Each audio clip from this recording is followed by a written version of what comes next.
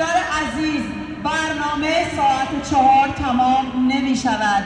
دیجی سام برنامه و اجرا دارد.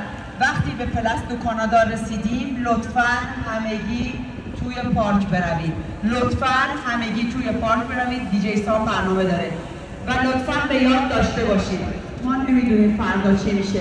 هفته دیگه ساعت 2 همون جای همیشگی، همون قرار همیشگی، با پرچم شیر خورشید، با شعار جاوید نشنیدم جاوید جاوید جاوید جاوید جاوید به یاد تمام جاوید نامان که گفتن جاوید شاه و تیر به جلوشون و قلبشون زدن.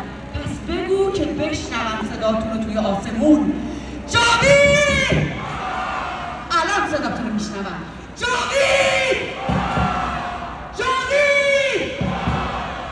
جاوید! جاوید! جاوید! جاوید! جاوید! جاوید! به یاد اون تنهایی که تو خاک وطن و میهن آلوده پاینده! پاینده! پاینده! پاینده! پاینده! پاینده! پاینده! پاینده! پاینده! به یاد کیان پیرفلک و آسمان رنگین کمانش بلند بگو ما ملت کبیریم! ما ملت کبیریم!